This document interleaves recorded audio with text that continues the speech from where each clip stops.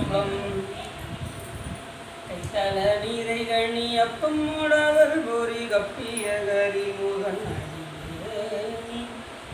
கச்சிடும் அடியவர் புத்தியில் உறைபவர் அற்பகமான வினை கடிதேவும் தம்மதியம் வைக்கிடும் அரண் மகன் மற்பொருதிரல் புய மதசானை மத்தள வைரனை முத்தவை புதல்வனை மட்டவில் மலரோடு பணிவேன் தமிழடவினை முற்படுகிறதன் முற்பட எழுதிய முத்தோனி முப்புறம் எரிசதாட்சிவனுரை ரதமச்சது கொடி செய்த அரிதீரா அத்துயரவோடு சுக்கிரமணிபடும் அப்புண மதனிடையாகி அக்குற மகளுடன் அச்சிறு முருகனை அத்தனவனவருள் பெருமா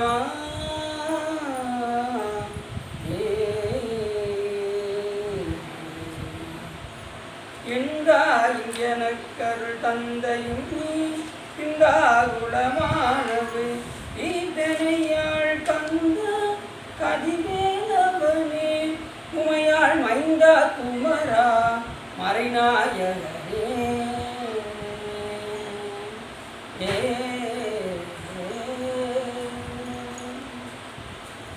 உயிர் ஒன்று படித்த புகழியர் போன்ற போச்சு ஆளுவிசை கழுவிடத்தில் அணிந்ததினால் அணிபோச்சு வாழி இரண்டாவதோர் வன்தொண்டர் பதம் போற்றி ஊழிமணி திருவாதூரன் திருத்தார் போற்றி. எல்லாம் வல்ல சிவகாமி மேம்பாடுடன் ஐயா ஸ்ரீ வல்லர் வைத்தியநாதசாமியுடைய பெரும் கருணையினாலே நான் தொடர்ந்து மடவார் வளாகம் என்னும் புதுவை கலப்புராணத்தை பற்றி சிந்திப்பதற்கு திருவருளும் குருவர்களும் அறியாதவர்களும் இருக்கிறோம். அதன் அடிப்படையில் நாம் எப்போதுமே ஒரு திருமுறை பாடலை சிந்திக்கிறோம். அதன் அடிப்படையில் அப்போசாமிகள் கூறுகின்றார், சலமிலன் சங்கரன் சார்ந்தவனுக்கு அல்லால் நலமிலன் நாள்தோறும் நல்குவான் நலன் குலவிலர் ஆகிலும் குலத்திற்கு ஏற்பதோர் நலமிக கொடுப்பது நமச்சிவாயே என்று கூறுகின்றார். சலமிலன் சங்கரன் சார்ந்தவர்க்கு அல்லால் நலமிலன். சலமிலன் பேஸ் சங்கரன் மனக்கூட்டம் இல்லாது எல்லா உயிர்களுக்கும் ஒரே போல் அருளை பாவித்து வரக்கூடிய பெருமான். இவங்க உயர்ந்தவங்க, இவங்க தாழ்ந்தவங்க, இவங்க நல்லவங்க, இவங்க கெட்டவங்க அப்படிலாம் சொல்லிட்டு பார்க்க மாட்டாங்க. அவர் எல்லா உயிர்களுக்கும் ஒரே போல் தான் அருள் செய்தார். என்ன அந்தந்த உயிர் செய்த வினைப்பயனை எடுத்து ஊட்டும் போது ஒருத்தருக்கு அழகுறாங்க, வேற ஒன்று கிடையாது.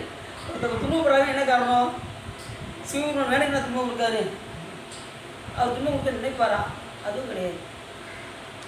ஏன் அப்படின்னா அந்த உயிர் செய்த வினையை அதற்கு நுகருமாறு செய்கின்றார். அப்படி நுகருமாறு செய்யும்போது அந்த உயிர் என்னாவும் பக்குவமடையும் என்பதற்காக அது செய்த வினையை எடுத்து அதுக்கே விட்டுறது.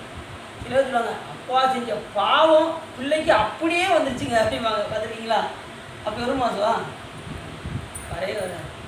அப்படி கொடுத்தாருன்னா அவர் கடவுளே கிடையாது. புரியுதா உங்களுக்கு? அப்பா செய்த வினையை தூக்கி பிள்ளைகிட்ட கொடுத்தாருன்னா அவர் கடவுளே கிடையாது.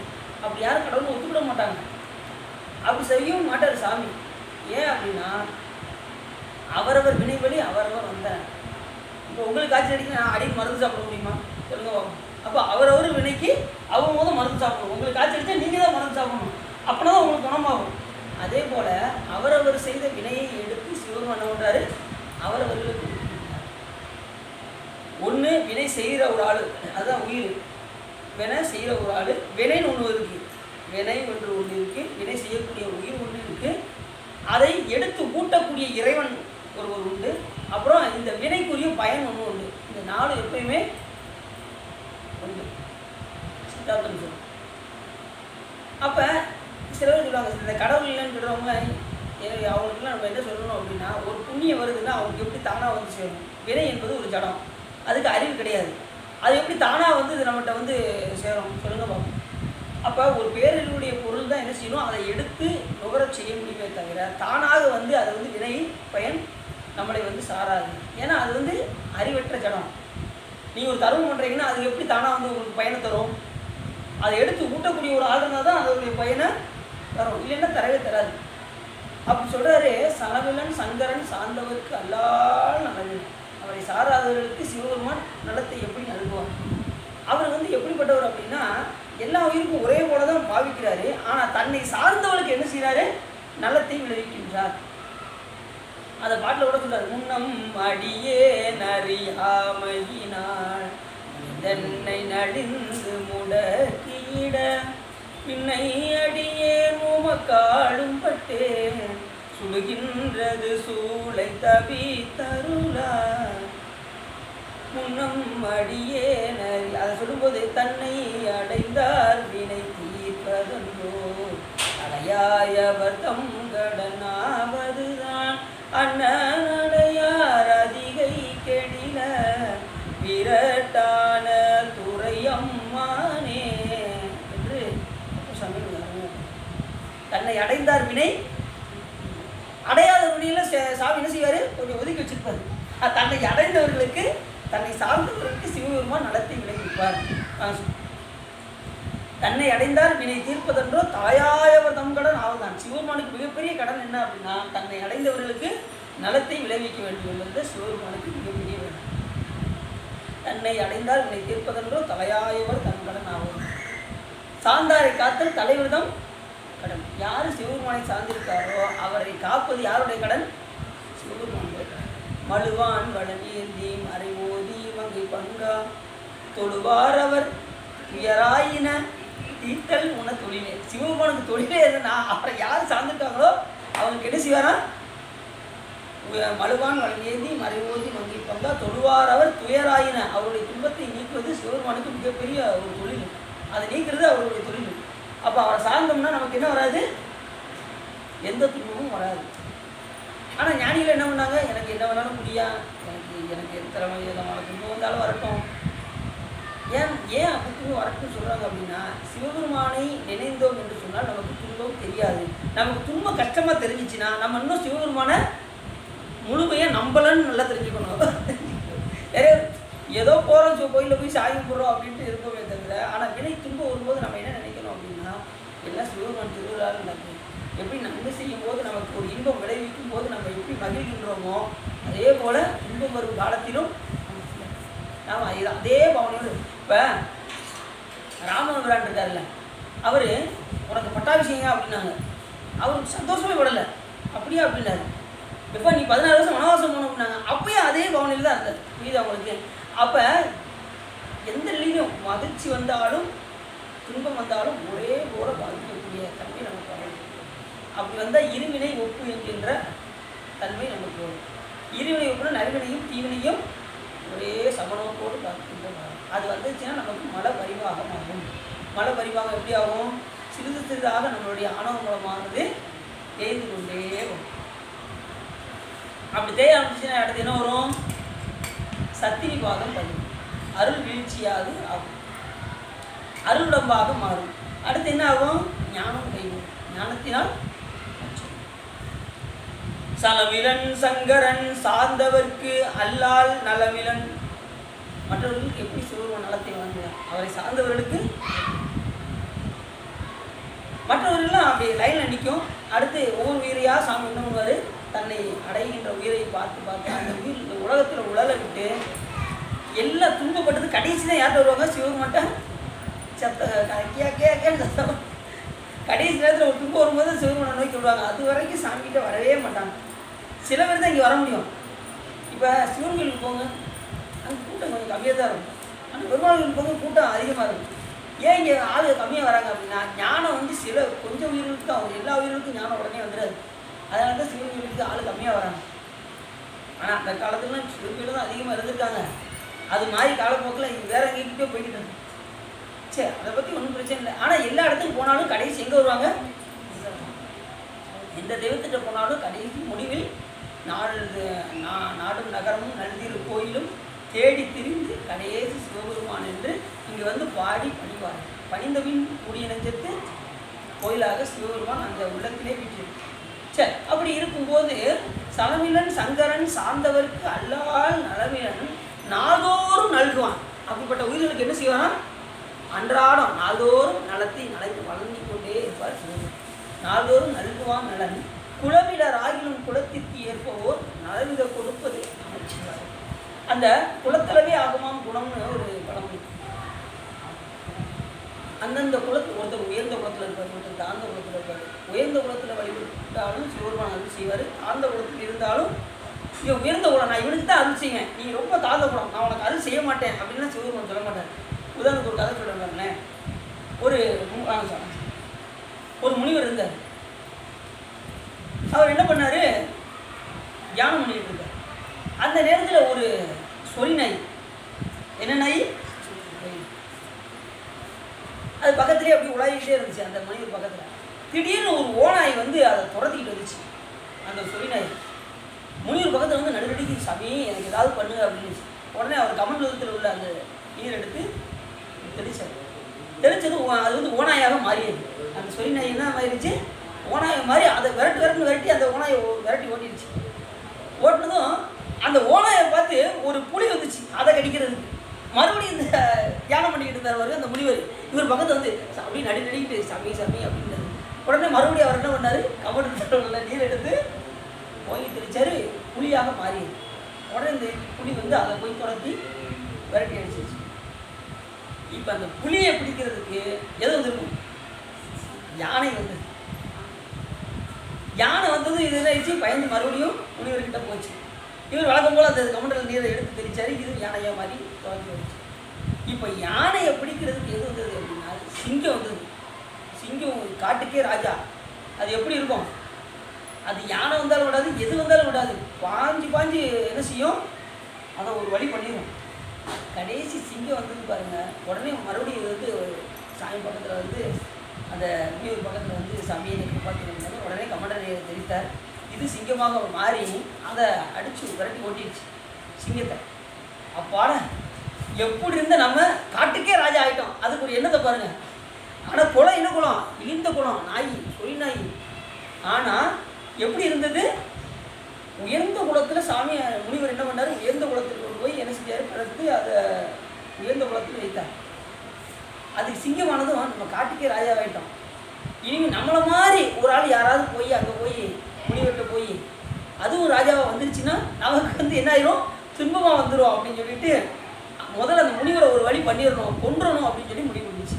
பாருங்க, வாழ்வு கொடுத்தால என்ன செஞ்சிச்சு, கொல்லணும் முடி வந்து பின்னாடி பாய வந்தது பாருங்க. இந்த முனிவர் எல்லாம் நிஷ்டையில தெரியக்கூடியவர்.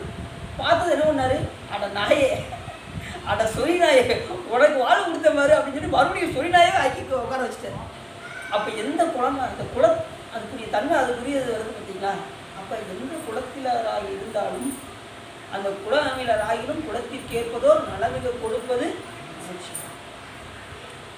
இழிந்த குணம் உள்ளவங்க பார்த்தீங்கன்னா அவருடைய குணத்தை காட்டிடுவாங்க. அது மாதிரி உயர்ந்த குணம் உள்ளவங்க எப்படின்னா அந்த பண திமிழ் வந்து அவங்கள்ட்ட இருந்துகிட்டே இருக்கும். அந்த குணத்தை அவங்க காட்டுவாங்க. சரி, உயர்ந்த குணமாக இருந்தாலும் அவர்களுக்கு சிவபெருமான் அருள் செய்யத்தான் செய்கிறாரு. இழிந்த குணமாக இருந்தாலும் அதற்கும் அருள் செய்யத்தான் செய்கிறாரு. எத்தனையோ உயிர்கள் வந்து பூனை வந்து சிவ பூஜை பண்ணியிருக்கு, நண்டு சிவ பூஜை பண்ணியிருக்கு, எறும்பு சிவ பூஜை பண்ணியிருக்கு. இப்படி எத்தனையோ தலங்கள் இருக்குது. எல்லா விலங்குகளுக்குமே சிவபெருமான் அருளை விளங்கிட்டே தான் இருக்கு.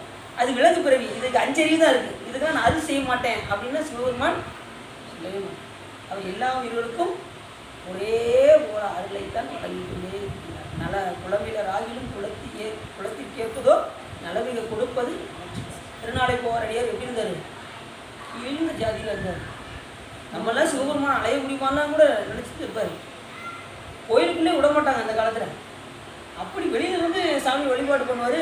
இருக்கிற மக்களெல்லாம் திரட்டி கூட்டு போய் சாமி வழிபாடு பண்ணணும்னு நினைப்பார். அதுதான் அவருடைய ப்ளஸ் பாயிண்ட். என்ன அப்படின்னா, தான் மட்டும் வழிபடாது இருக்கின்ற அந்த குடிசையில் உள்ள ஆள் மக்களையெல்லாம் கொண்டு போய் சாமியை போய் வழிபாடு பண்ணணும்னு சொல்லி நினைச்சேன். எப்பயுமே நான் மட்டும் சிவபெருமானை வந்து வழிபாடு பண்ணால் போதும் அப்படின்னு நினைக்காம பக்கத்தில் இருக்கவங்க வாங்கக்கா கோயில் போயிட்டு வருவாங்க அப்படின்னு சொல்லி அவங்களும் என்ன செய்யணும், அழைத்து வந்து வழிபாடு செய்யணும். நம்ம மட்டும் வழிபாடு செய்கிறதை காட்டிலும் இருக்கிறவர்களையும் வழிபாடு செய்ய வைக்கணும். அதுதான் சிறப்பு. அப்படி தான் என்ன பண்ணார், திருநாளை போவார். எல்லாத்தையும் கூப்பிட்டு வந்து வழிபாடு பண்ண வச்சார். எங்கள் திருப்பூரில் அங்கே நந்தனார் தான் திருநாளை போவார். அங்கே போனால் நந்தி மறைச்சிருக்கு சாமியை. நந்தி மறைச்சி உடனே பாடல் பாடினார், நந்தியே விலகும்படி செய்யும். அவருடைய பக்தி நந்தியே விலகும்படி செய்யுதுன்னா அப்புறம் சாமி எந்த அளவுக்கு அவருக்கு அருள் செஞ்சுட்டாரு பாருங்க. அப்போ அவர் அருள் செஞ்சுட்டாரு, அவருக்கு அருள் செஞ்சுட்டாருன்னு சொல்லி அவர் நினைச்சாருன்னா சிதம்பரத்துக்கு போயிருக்கலாம். ஆனால் அவருடைய எஜமா என்ன செய்யணும், விட்டால் தான் அங்கே போக முடியும். அப்போ என்ன செய்கிறாரு, கடைசி ஒரு வழியாக சிதம்பரத்துக்கு போயிடுறாரு. ஆனாலும் என்ன செய்கிறாரு, அந்த இதை பற்றியே நினைக்கிறார். நாம் ஒரு இழிவான குலத்தில் பிறந்துட்டோம் அப்படிங்கிற எண்ணம் வந்து வந்துக்கிட்டே இருக்குது. அப்போ சாமி என்ன பண்ணுறாரு, நீ கவலைப்படாத அப்படின்னு சொல்லி அவரை இவருடைய கனவுல சொல்கிறாரு, நீ வந்து நாளைக்கு அந்தணர்கள்லாம் நெருப்பு மூட்டியிருப்பாங்க, நீ அதுக்குள்ளே உள்ளே போய் வெளியில் வந்துடு அப்படின்பாரு. உன்னுடைய இது சுத்தமாயிரும் அப்படின்பாரு. இழிந்த உலகம் நீக்கி விடும் அப்படின்னு சொல்லி சிவபெருமான் அவருடைய கனவுல சொல்கிறார். இந்த 3000 அந்தணர்களுடைய கனவுலையும் சிவபெருமான் என்ன பண்ணுவார், நீங்கள் இந்த நெருப்பு விட்டுங்க, என்னுடைய அன்பன் தில்லைக்கு எல்லையில் திருநாளை போவான் வெளியே எனக்கு இருந்தான், அவனை அன்போடு நீங்கள் வந்து உபசரித்து வாழ்ந்து அந்த நெருப்பு உள்ளே போய் வெளியே வர சொல்லுங்க அப்படின்பாரு. உடனே அவங்க எல்லாம் தாம்பளத்துக்குள்ள அழைச்சி கொண்டு போய் எல்லாரும் மறுநாள் காலையில் வராங்க, சிவன் உங்கள் கனவுல வந்தார் அப்படின்னு. அவன் ஏன் கனவுல வந்தார், இப்படி 3000 பேர் கேட்காங்க. 3000 அந்த கனவுலையும் சிவன் போய் சொல்கிறாரு. சொல்லி உடனே அவர் தாம்பளத்துக்குலாம் கொண்டு போய் அவரை வரவழைத்து அந்த நெருப்பிற்கு உள்ளே போய் வெளியில் வரும்போது எப்படி வர்றாரு, வேதியராக வருவாங்க, இந்தனராக வருவாங்க. இப்போ சிவபெருமான் எதை எண்ணுவார் அப்படின்னா, இந்த உயிர்கள் என்ன விருப்பப்படுது, என்ன ஆள் மனதில் என்ன நினைக்கு அப்படிங்கிறது தான் சிவபெருமான் பார்ப்பார். அப்போ அந்த இழிந்த குலத்தை மாத்திரம் அப்படின்னா அது வந்து பக்திக்கு தடையாக இருந்தது. அதை நீக்கணும்னு நினச்சி சாமி என்ன பண்ணார், நம்ம உள்ளே போக முடியலையே, சிதம்பரத்துக்குள்ளே போக முடியலையே, சிதம்பரத்துக்குள்ளே போக முடியலையே, குளத்தில் இருந்துட்டோமே, அந்த எண்ணம் தான் அவர்கிட்ட இருந்ததே தவிர அதை உடனே சிவபெருமான் என்ன பண்ணிட்டார், பக்தி செலுத்தினால் சிவபெருமான் அதை ஒரு நொடி பொழுதுல அதை நீக்கி உங்கள் பக்திக்கு எது தடையாக இருந்தாலும் சரி உடனே என்ன பண்ணிடுவார், சாமி அதை நீக்கி விடுவோம். உதாரணத்துக்கு சொல்லலை, அடிமை வழிபாடு ஆரம்பத்தில் சிவ வழிபாடு வரும்போது எங்கள் அப்பா மிகப்பெரிய தடையாக இருந்தார் அப்படின்னு சொல்லிட்டு ருத்ராஜை போட்டேன்னா நீ ஈரு இல்லைன்னா நான் உள்ள இருப்பேன் அப்படின்னாங்க எங்கள் அப்பா. அப்படிலாம் இருந்தாங்க. ருத்ராஜ மூட்டில் இங்கே இருக்கக்கூடாது தம்பி அப்படின்னாங்க. அப்புறம் போட முடியாத சூழ்நிலையாக இருந்துச்சு. வழிபாட்டுக்கு வந்து ருத்ராஜம் போட முடியலையே, வீட்டில் தடையாக இருக்கே அப்படின்னு. கடைசி பார்த்தா எங்கள் அப்பா இறந்தே போயிட்டாங்க. வேறு வழி இல்லை, சாமி வந்து ஏதோ என்ன காரணமோ சுவாமிக்கு தான் தெரியும். அதுக்கப்புறம் உடனே என்ன தீட்சை உடனே கிடச்சிச்சு, ருத்ராஜன் ஆரம்பிச்சு திருக்கோயிலுக்கு போக ஆரம்பிச்சிச்சு. இப்போ நம்ம ஆழ்மனத்தில் எது தடையாக இருக்கின்றதோ அந்த சிவபெருமான் என்ன பண்ணுவார், அதை நமக்கு நீக்கி, நமக்கு எது தடையாக இருக்கின்றதோ அந்த சிவபெருமான் ஒரு நொடி பொழுது நீக்குவாங்க. ரொம்ப நேரில் ஆக மாட்டார். ஆனால் உங்களுடைய பக்தி அவர் மேலே இருந்துச்சுன்னா அதை இருங்க, அந்த பக்தி இருந்தால் கண்டிப்பாக எந்த தடையாக இருந்தாலும் உங்களை ஆழ்மனதில் என்ன நினைக்கிறீர்களோ அதை நீக்கிவிடுவார் சிவபெருமான். சரி, அப்படி குளமிலராகிலும் குலத்திற்கு ஏற்ப ஒரு நலமிக கொடுப்பது, அதை நலத்தை நல்க வைக்கக்கூடிய பெருமான் யாருன்னா சிவபெருமான். ஒருத்தர் தான் எல்லா தெய்வங்களுக்குமே நலம் கொடுக்கணும், எல்லா உயிர்களுக்கும் அவர் தான் நலம் கொடுக்கணும். மற்ற தெய்வங்கள்லாம் எல்லாராலையும் சிவபெருமான் நலம் ஒவ்வொரு தெய்வத்துக்கும் ஒரு இது வச்சுருக்காரு. ஒருத்தர் செல்வத்தை கொடுப்பாரு, ஒருத்தர் படிப்பை கொடுப்பாரு, ஒவ்வொருத்தருக்கும் ஒரு அதிதெய்வம் இருப்பாங்க. அதாவது அந்தந்த அதிதெய்வம் அந்தந்த விலையை வச்சுக்கணும். ஆனால் எல்லாத்துக்கும் ஞானம் என்பது சிவபெருமான் ஒருத்தர் தான் வச்சுருப்பார். அது மாதிரி எல்லா உயிர்களுக்கும் வினை நீக்கம் யார் செய்ய முடியும் அப்படின்னா சிவபெருமான் ஒருத்தர் தான் எல்லா உயிருக்கும் வினை நீக்கம் செய்ய முடியும். யாராலையும் எந்த தெய்வத்தாலையும் வினை நீக்கம் செய்ய முடியாது. ஏன் அப்படின்னா எல்லா தெய்வத்துடைய வினை யார் கீழே இருக்குது, சிவபெருமான் கீழே.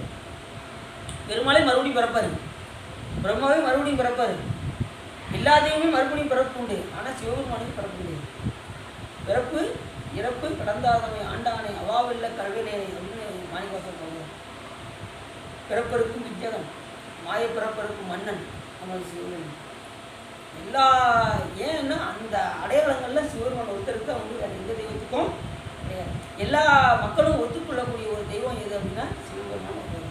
அதனால தான் தென்னாடுடைய சிவனை போற்றி என் நாட்டவர்க்கும் சலவிலன் சங்கரன் சார்ந்தவர்க்கு அல்லால் நலவிலன் நாள்தோறும் நல்குவான் நலன் குலமிலராகிலும் குலத்திற்கேற்பதோர் நலமிக கொடுப்பது நமச்சிவாயவே அப்படின்னு யார் பாடுறா, நம்ம தான் அப்போ சமையல் பாடுறோம். சரி, இன்னைக்கு நம்ம புராணத்துக்கு போயிடுவோம். மிளகு பயிரான அத்தியாயம். அது எப்படி மிளகு பயிராகுமா? சிவபெருமான் நினச்சா என்ன வேணாலும் மாறும். அவர் வந்து என்ன செய்யணும், அவருக்கு வேதின்னு ஒரு பேர் இருக்குது. அது எந்த ஒரு பொருளை உள்ளவாறு செய்தல், ஒரு பொருளை மாற்றி செய்தல், ஒரு பொருளை இல்லாமலும் செய்தல். ஒரு பொருளை உள்ளவாறு செய்தல், மாற்றி செய்தல், அப்புறம் அதாவது இருந்ததை இருந்தபடி செய்தல், இருந்ததை இல்லாதபடி செய்தல், மற்றொன்றை மாற்றி செய்தல். இது மூணுமே சிவபெருமான் சர்வசாதாரணமாக செய்வார். அதனால் சிவபெருமானுக்கு ஒரு பேர் என்ன பேர், பிரபு என்று பெயர். இதே ஒரு பிரபு என்கின்ற பெயரை திரு ஞானசம்பந்த பெருமானுக்கும் அருணைநாதர் ஒரு பட்டம் கொடுத்துருக்காரு. ஞானசம்பந்த பெருமான் என்ன பட்டம், பிரபு என்கின்ற பட்டம். அதை சொல்றாரு, புவியதனில் பிரபுவான, இந்த புவியதனில் பிரபுவான புகழியில் வித்தகர் போல புகழியில் வித்தகர் யார்? புகழி என்பது சீர்காழி என்கின்ற தலம். 12 பேர்களில் ஒரு பேர் புகழி. அந்த புகழியில் வித்தகராக விளங்கக்கூடிய திரு ஞானசம்பந்த பெருமான் புவியதனில் பிரபுவான புகழியில் வித்தகர் போல அமிர்த கவி தொடைபாட அடிமைதனக்கு அருள்வாயே சவரர் எதிர்த்த சிறுமாள தனியையில் விட்டருள்வோனே நம சிவாய பொருளோனே ரசதகிரி பெருமாளே அப்படின்னு யார் பாடுவா? வந்து அண்ணன் சாமி முருகா சொல்லுப்பா, வேற ஒன்றும் வேண்டாம் முருகா, சும்மா சொல்லுப்பா அப்படின்னா வேற ஒன்றும் இல்லை. சீர்காழியில் வித்தகராக இருக்காரு திருஞானசம்பந்தர். ஆமாம், ஒரு மாதிரி எனக்கு பாடுறது கொஞ்சம் அருள் செஞ்சே போதும் அப்படின்னா எப்படி செய்கிறாரு பார்த்தீங்களா? குருகுலம் கேட்டதுக்கு அவர் என்ன சொன்னார்? அமிர்தகவி தொடைபாட அடிமை தனக்கு அருள்வாயே. யார் மாதிரி? புகழியில் வித்தகராகிய திருஞானசம்பந்தர் போல் எனக்கு பாடுவதற்கு அருள் செய்வாய் அப்படின்னு கேட்டார். நாமளும் நித்தமும் சுகர்மட்டம் வரதான் செய்யணும். இப்படி என்னைக்காவது வரல கேட்டிருக்கோமா? எனக்கு திருஞானசம்பந்தர் போடுறோமோ எனக்கு பாட வை சாமி அப்படின்னு கேட்டிருக்கோமா? நம்ம உள்ளவாறு பாடுறதுக்கு என்ன செய்கிறோம்? தனிநத்தம் போடுறோம். அது ஒரு பாட்டு பாடுறதுக்கு எத்தனை மணிக்கு வீட்டுக்கு போகலாம் அப்படின்னு செய்வோம். 7:30 மணிக்கு வீட்டில் சாப்பாடெலாம் போகணும் அப்படின்ட்டு நம்ம என்ன செய்வோம்? அதை பற்றிய சிந்தனையிலே இருப்போம். சரி, அப்படி இந்த மிளகு பயிரான கதையை பற்றி சொல்ல வந்தாரு. சாமி நினைத்தால் எதை வேண்டுமானாலும் செய்வார். அப்படி ஜனகாதி முனிவர்கள் கேட்க சுதம முனிவர் சொல்ல ஆரம்பித்தார். மிளகு பயிராகிய சரித்திரத்தை நாம் சொல்வோம் என்று சுதம முனிவர் சொல்ல ஆரம்பித்தார். 64 திருவிளையாடல்கள் செய்த சோமசுந்தர கடவுள் வீட்டிற்கப்பெற்ற மதுரை மாநகரத்தில், மதுரை மாநகரத்தில் யார் இருக்கா? சோமசுந்தர கடவுளாகிய சொக்கநாதர் வீட்டிற்கப்பட்ட மதுரை நகரத்தில் கடவுளிடத்திலே பக்தி உள்ளவராய் குபேரனை போலும் சம்பத்தை பெற்று அந்தகர வாசிகள் இருக்கும் வணிகர்கள், அங்கே இருக்கக்கூடிய எல்லாரும் வணிகர்களும் பூரா குபேரனை போல் வந்துருக்காங்க. எங்கள் மதுரை பொதுவாகவே பார்த்தீங்கன்னா மதுரை வந்து பூங்கா நகரம்னு பேர். பார்த்துருக்கீங்களா? எந்த நேரம் வணிகம் நடந்துக்கிட்டே இருக்கும். பூங்கா இரவு பொழுது போனாலும் வணிகம் நடந்துக்கிட்டே இருக்கும். அப்பேற்பட்ட சிறப்புடையது மதுரை மாநகரம். அப்படி அங்கே வந்து நிறைய வணிகர்கள்லாம் நிறைய இருந்திருக்காங்க. நிறைய அந்த காலத்துல ஒரு பொருளை கொடுத்துட்டு ஒரு பொருளை வாங்குகிற அந்த மாதிரி ஒரு வணிகம்லாம் செஞ்சுருக்காங்க. அப்படி செய்யும்போது அந்த நகரவாசிகள் இருக்கும் வணிகர்கள் மலைபடு திரவியம், கடல்படு திரவியம், காடுபடு திரவியம் ஆகிய சரக்குகளை வாங்கி வைத்திருந்து விலை குறைந்த காலத்தில் விற்று, மலைபடு திரவம் என்னது? மலையில் இருக்கக்கூடிய காப்பி, காப்பித்தூள், தேயிலை, இதெல்லாம் மலைபடு திரவியம். சரி, கடல்படு திரவியம் உப்பு, இதெல்லாம் உப்பெல்லாம் அடுத்து காடுபடு திரவியம் மிளகு, பயிர், இதெல்லாம் வந்து காடுபடு திரவியம். இதெல்லாம் வந்து என்ன செய்வாங்க? அந்த காலத்தில் மூட முறையாக எடுத்து ஒருத்தர் நீங்கள் மிளகு வச்சுக்கோங்க, எனக்கு பயிரை கொடுங்க, எனக்கு இந்த உளுந்து வச்சுக்கோங்க அப்படின்னு சொல்லி பண்டமாற்று முறை அந்த காலத்தில் வந்து பண்டமாற்று முறையெலாம் நடந்திருக்கு. அப்படி நடந்திருக்கிற காலத்தில் அந்த சரக்குகளை வாங்கும் பொருட்டு மலையாளத்தை நாடி குதிரைகள் ஏறிக்கொண்டு அநேக பொதி மாடுகளுடன் வந்து சேர்ந்தார்கள். மதுரை மாநிலத்தை விட்டு எங்கே போனாங்க? மலையாளிகளை பார்க்குறதுக்கு போகிறாங்க. ஏன்னா அங்கே தான் நிறைய என்ன செய்யுது, விளைச்சல் அதிகமாக இருக்குது. ஏன்னா எப்போ வேணாலும் பாருங்கள், கேரளாவுக்கு போனீங்கன்னு வச்சுக்கோங்களேன், அங்கே மழை வெச்சிக்கிட்டே இருக்கும், எப்போ போனாலும் வெச்சிக்கிட்டே இருக்கும். திரைக்கு இங்கே பயங்கர வெயில். நாங்கள் சுந்தரம் சாமியோடைய இதுக்கு போயிருந்தோம், குருபூஜைக்கு போயிருந்தோம். பார்த்தா எங்கே பார்த்தாலும் மழை பெஞ்சிக்கிட்டே இருக்கு. நம்ம ஊரில் வெயில் தாங்க முடியல, இவ்வளோ குளிராக இருக்கே அப்படின்னு யோசிச்சு பார்த்தா அப்போ தான் தெரியுது அங்கே எந்த நேரம் மழை பெஞ்சிக்கிட்டே தான் இருக்கும்.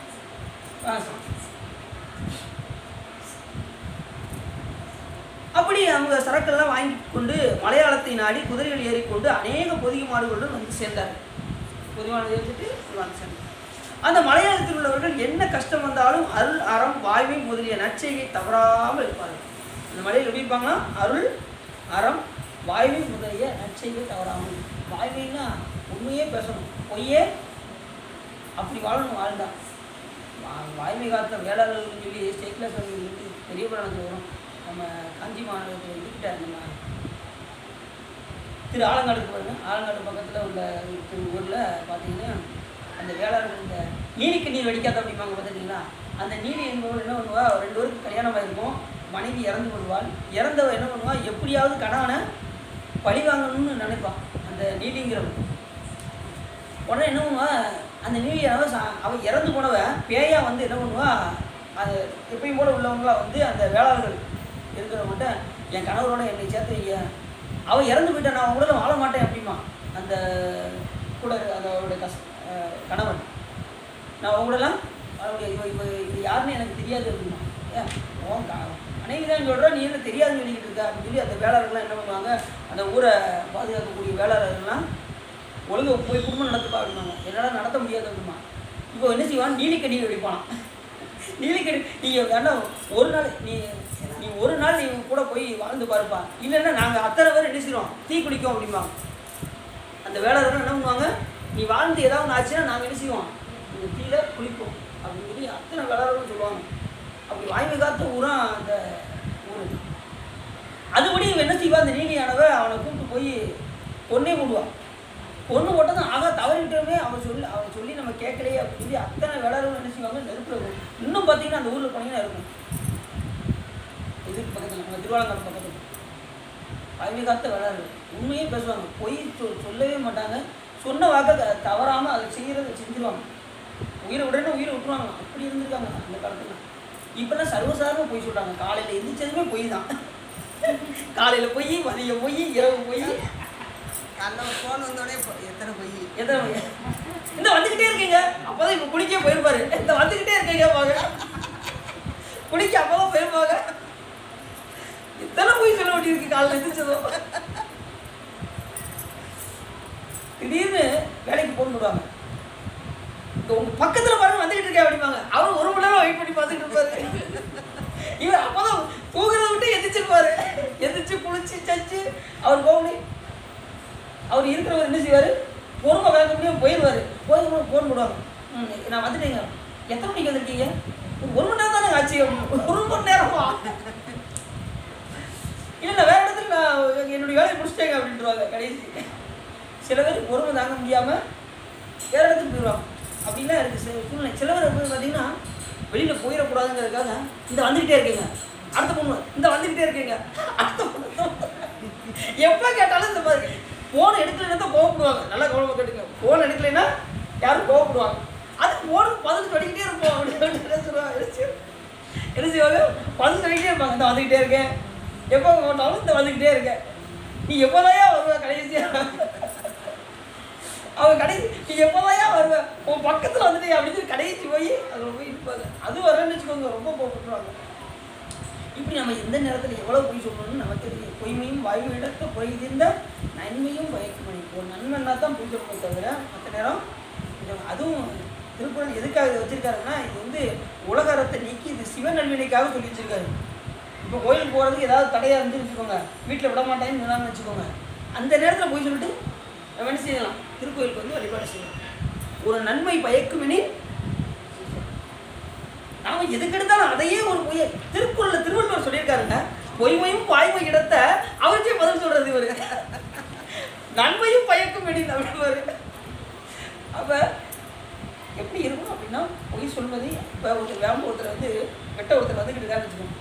ஒருத்தர் தன்னை வந்து அடைக்கல் தேடி வராது, சாமி எப்படியாவது காப்பாற்றுங்க, இந்த இடத்துல அப்படி ஒழிஞ்சுக்கோவா அப்படின்னு சொல்லி அவனை ஒளிய வச்சுட்டு வந்தவனை நான் உண்மையே பேசுவேன், இந்த தான் இருக்கா வெட்டியா அப்படின்னு சொன்னா வச்சுக்கோங்க. அது உண்மை கட்டுறது தான்.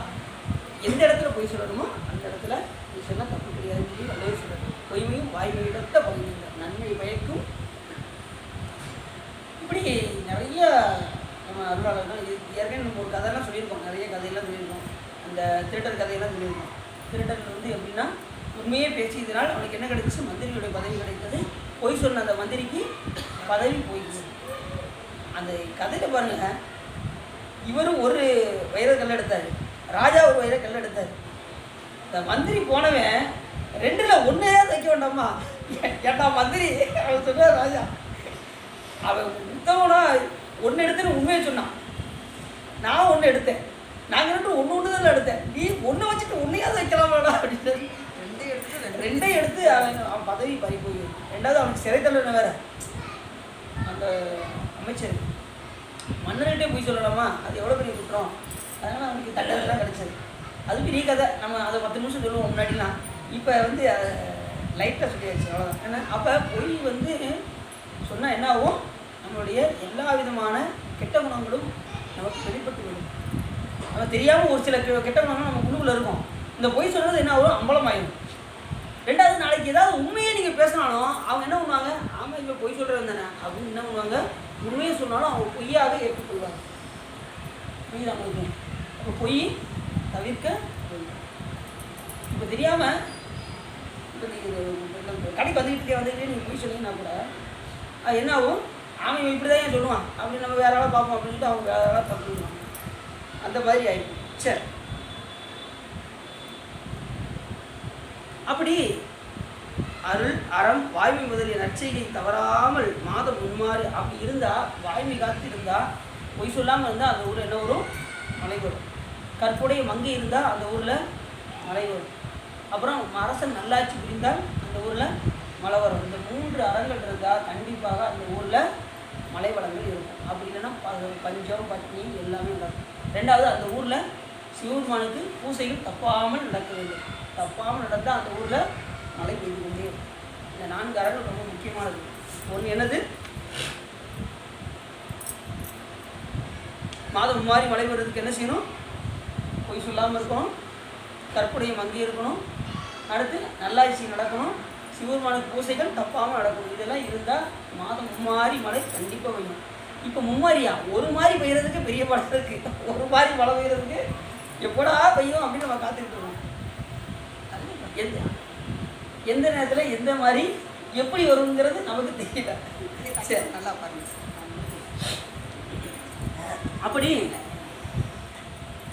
அந்நகரத்தின் மலையில் ஒவ்வொரு மண் சுமந்து கொண்டு வந்த வண்ணானுடைய சரீரத்தில் ஒவ்வொரு நீர் பாய்ந்து வெந்நீர். ஏற்கனவே கேரளாவில் என்ன நடந்துச்சு, சேரமன் என்ன பண்ணாரு, அவர் அரசராக இருந்தார்.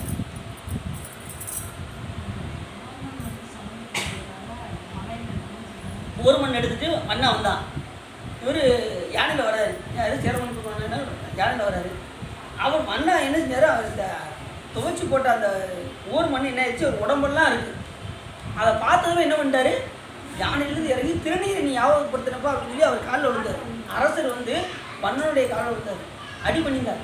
உன்னுடைய அடி வண்ணான், உன்னுடைய அடி சேரன் அப்படின்னாரு. ஐயா அடின்னு உன்னுடைய அடி வண்ணான் அப்படின்னு சொல்லி அவருக்கு விழுந்தார். 2 பேரும் மாற்றி மாற்றி வந்தாங்க. ஒரு அரசர் போய் வண்ணான் திருவடியில் போய் விழலாமா? ஆனால் அவர் எதுக்காக விழுந்தார் அப்படின்னா, அவர் திருநீற்றை ஞாபகப்படுத்திய காரணத்தினால், அவர் ஒரு மண்ணு கூட அவருக்கு எப்படி தெரிஞ்சிச்சு, திருநீராக தெரிந்த காரணத்தினால் அவருக்கு. அப்படி எந்த அரசரும் இருக்க மாட்டாங்க, இவர் தான் இருந்தது. அதனால தான் 63 நாயன்மாரில் ஒரு ஆள் இது அவங்களுக்கு அப்படி போய் விழுந்து வணங்கினாங்க.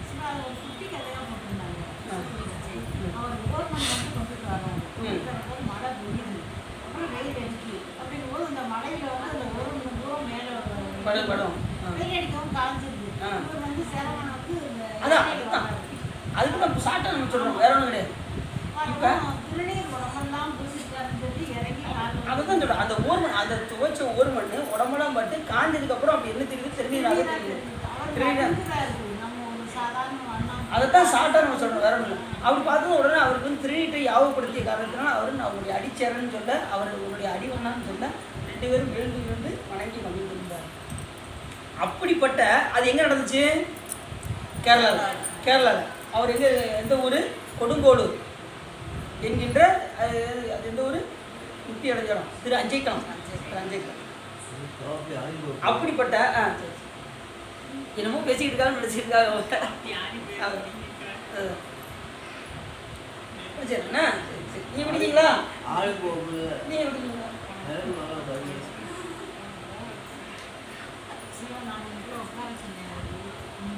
அப்படி அந்த இது எங்க நடந்துச்சு, கேரளாவில் நடந்தது. அப்போ இது எப்போ நடந்தது அப்படின்னா, இந்த சம்பவம் சேரமான் பெருமாள் நாயனார் இருக்கும்போது இந்த கதை நடந்திருக்கு. இது அவங்களுக்கு அப்படி அந்த கதையில் வருது பாருங்க. மலையில் ஒவ்வொரு சுமந்து கொண்டு வந்த மன்னானுடைய சரீரத்தில் ஒவ்வொரு நீர் பாய்ந்து வெண்ணிறமாகி தோன்றலும், அதை அரசன் கண்டு இவர் விபூதி தரித்த சிவனடியார் என்று வணங்கி நின்றலும், மற்றுள்ளோர் சிவநேசத்தை சொல்ல வேண்டும், மற்றுள்ளோருடைய சிவநேசத்தை சொல்லணுமா அந்த ஊரில் அப்படின்னு சொல்றாரு. அந்த கேரளாவை பற்றி சொல்லும்போது அரசரே வந்து வணங்கி திருநீட்டுக்கு மதிப்பு கொடுத்தாருன்னா அந்த ஊரில் சிவபெருமானுக்கு நேசமுடைய அடியார்கள் எத்தனை பேர் இருப்பாங்க அப்படின்னு சொல்லி கேரளாவை சொல்லும்போது சொல்கிறார். அப்போ அந்த நேரத்தில் இந்த சம்பவம் நடந்திருக்கு. பொதுவாக பார்த்தீங்கன்னா சிவபெருமான் மேல் அன்பு செலுத்த வேண்டிய சிவபெருமான் என்ன பண்ணுவார்னா, சாமியாரை என்ன பண்ணுவார், சாமியாரை அரசராக்கிடுவார். அரசரை சாமியார் ஆக்கிடுவார். அப்படி யாரை பண்ணார் சொல்லுங்க பார்ப்போம். மாணிக்கவாசக பெருமான மந்திரி என்ன பண்ணிட்டாரு? சுத்த சாமியார் ஆகிட்டார். ஒரு 2 திருவிழத்துக்கு வேலை வச்சு சாமியார் ஆகிட்டார். இது அவருக்கு சரி. சாமியாரை அரசராக்குனாரு. யாரும் சொல்லுங்க பார்ப்போம். மூர்த்தி நாயர். சட்டத்தில் மூர்த்தி நாயர். அவர் வாட்டு ஓரத்தில் நின்றுக்கிட்டு இருந்தார். பட்டத்து யானை கொண்டு வந்து அவருக்கு மாலையை போட்டு அவர் அரசராக மாற்றிடுச்சு. யாரு கிடைக்கும் அந்த வாழ்வு? அவர் ஏன்னா அவர் சிவபெருமான் மேலே உள்ள பற்று, அவருக்கு சாமி மேலே உள்ள அன்பு. உடனே அவர் தூக்கி நாளைக்கு ஏற்கனவே முதல்ல கடவுளை சொல்லிடுறாரு, நாளைக்கு உன்னை நான் அரசராக்க போகிறேன். சாமி எதுக்கு சாமி? இருப்பா அப்படின்ட்டாரு. உடனே சாமி என்ன பண்ணிட்டாரு? முதல்ல வாழையை போட்டு அரசராக்கியாச்சு. அரசராக்குறது அவர் என்ன பண்ணார்? இந்த தோழிகள்லாம் வருவாங்கல்ல, அரசருக்கு பக்கத்தில் தோழிகள்லாம் இருப்பாங்கல்ல, வேகமாக பக்கத்தில் வந்தாங்க. என்ன செய்ய போகிறீங்க அப்படின்னு கேட்டார். வேற ஒன்றும் இல்லைங்க, உங்களுக்கு நிறையா மாலைகள்லாம் அணிய போகிறோம், அணிகலன்கள்லாம் அணிய போகிறோம். எனக்கு இந்த ருத்ராட்சமே அணிகலன் அப்படின்னா மூர்த்தி நாயர். இதுதான் எனக்கு அதிகாரம், வேறு எதுவுமே வேண்டாம் அப்படின்னா. சரி வேறு என்ன பண்ண போகிறீங்க? உங்களுக்கு மேக்கப் பண்ண போகிறோம் அப்படின்னாங்க. அரசருக்கு மேக்கப் பண்ணுவாங்கல்ல, எனக்கு திருநீரே மேக்கப் அப்படின்னாலாம் மூர்த்தி நாயர். திருநீர் நல்லா பூசிட்டாங்க. ருத்ராட்சமும் விபூதியும் கைது. அடுத்து என்ன சொன்னாங்கன்னா, வேற என்ன பண்ண போகிறீங்க அப்படின்னு. உங்களுக்கு கிரீடம் சுட்ட போகிறோம் அப்படின்னு. நீங்கள் ராசா இல்லை, உங்களுக்கு கிரீடம் சுட்டணும் அப்படின்னாங்க. அப்படி இப்படி செஞ்சிடாதீங்கப்பா அப்படின்னா. எனக்கு ஜடாமுடியே கிரீடம் அப்படின்னா. அதான் மும்மையால் உலகாண்ட மூர்த்திக்கு மணி. ஜடாமுடி, திருநீர், ருத்ராட்சம், இந்த 3 வைத்து உலகை ஆண்டார் என்பது மூர்த்தி நாயர். அப்படிப்பட்ட சிறப்பு வாய்ந்த அடியார். சாமி நினைச்சார்னா எதை செய்வார்? சாமியார் மந்திரியாக்குவார், மந்திரியார் சாமியார். சரி, அப்படி எல்லா விதமான சிறப்பு செய்கின்ற பெருமான் என்ன பண்ணுறாரு?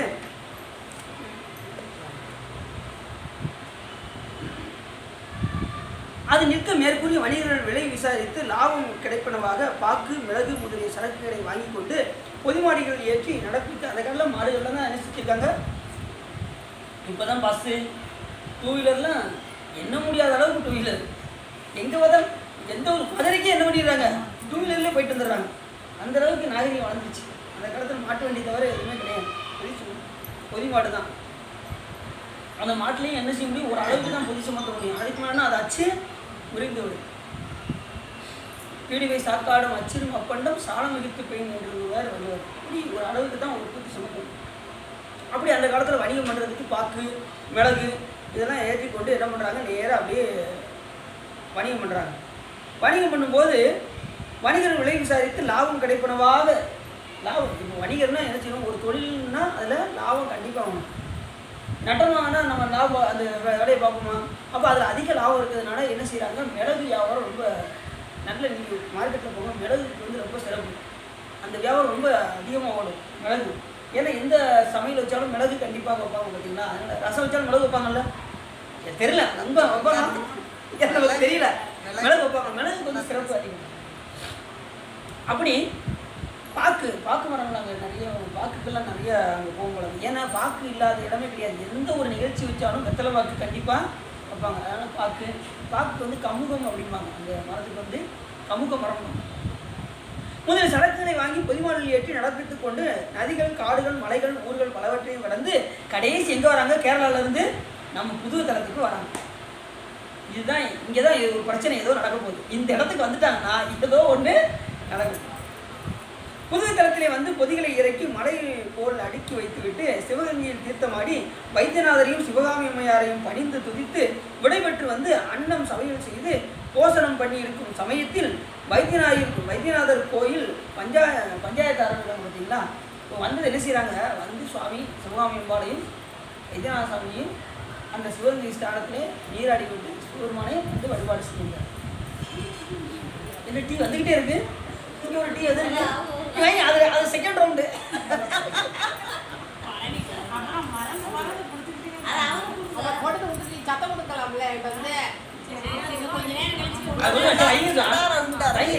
எத்தனை நாள் உள்ள ஓடுவாங்க?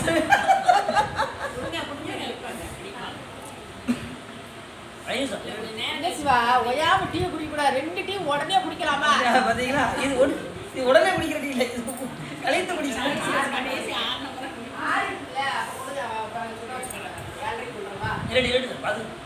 நான் என்ன சொல்றேங்களா? சொல்றேன்.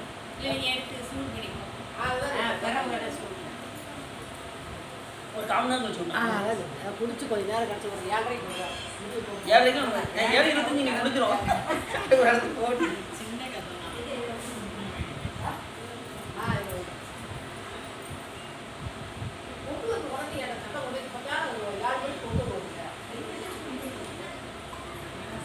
இருக்கட்டும் சார். நீங்கள் வந்து பார்த்தோன்னா பிரச்சனை, நீங்கள் பார்க்கல அதான். சரி, அப்படி சரக்குகளை என்ன செஞ்சாங்க ஏற்றிக்கொண்டு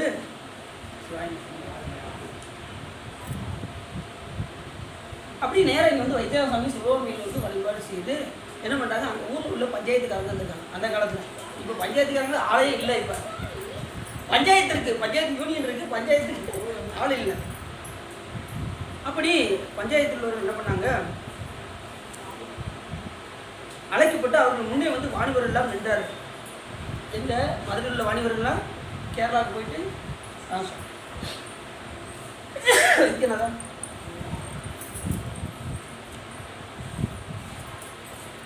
நேரம் வணிகம்லாம் முடிச்சு நேரம் இங்கே புதுவை தளம் எங்கேருந்து மதுரையிலேருந்து கிளம்பி கேரளாவுக்கு போய் அங்கே வணிகம்லாம் முடிச்சுட்டு நேரம் இங்கே புதுவை தளத்துக்கு வராங்க. புதுவை தளத்துக்கு வந்து இங்கே உள்ள பஞ்சாயத்துக்காரங்க என்ன செய்கிறாங்க, அதை அவங்க நிப்பாட்டுறாங்க. வாணிகம் பண்ணுறதுக்கு இதில் என்னென்ன இருக்குது அப்படின்னு சொல்லி கேட்குறாங்க. கேட்டு இதில் அவங்க பிரித்து பார்க்காம என்ன செய்கிறாங்க, இது மிளகா இருந்தால் அவங்க சொல்கிறாங்க பாருங்க, பஞ்சாயத்தார் நீங்கள் மிளகு பொதி கொண்டு வந்திருந்தால் கோவிலுக்கு சுங்க பொருள் கட்ட வேண்டும், அதுக்கு வரி கட்டணும் அப்படிங்கிறாங்க. மிளகு மட்டும் கொண்டு வந்தீங்கன்னா ஆனால் இவங்க என்ன கொண்டு வராங்க, மிளகு தான் கொண்டு வராங்க. மிளகும் பார்த்து தான் கொண்டு வராங்க. மிளகு நீங்கள் கொண்டு வந்திருந்தீர்கள் என்று சொன்னால் இங்கே சுங்க வரி கட்ட வேண்டும். ரெண்டாவது, சிவபெருமானுக்கு நைவேத்தியமாக மிளகு கொடுக்கணும் அப்படிங்கிறாங்க. கோவிலுக்கு சுங்கப்பொருள் கொடுக்க வேண்டும், அது கொடுப்பதுடன் சுவாமி நைவேத்தியத்திற்கு மிளகு கொடுக்க வேண்டும் என்று கேட்டுக்கொண்டார்கள். சாமிக்கு தானே கொடுக்குறோம், கொடுத்துக்கலாம்ல.